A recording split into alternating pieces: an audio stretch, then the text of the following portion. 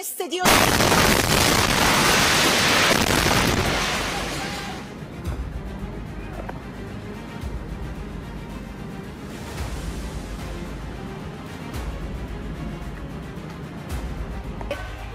خاک جمهوری اسلامی ایران و منطقه صدا و سیما.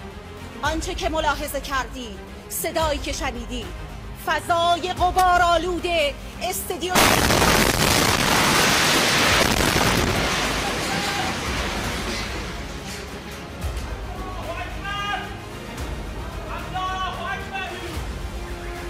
سردبیر گروه دفاعی خبرگزاری صدا و سیما در این چند سال در تمام عملیات‌های وعده صادق جلوه اقتدار ایران و شکست هیمنه رژیم صهیونیستی رو به تصویر کشیدیم. اینجا سازمان صدا و سیماست، مرکز فرماندهی جنگ رسانه ایران و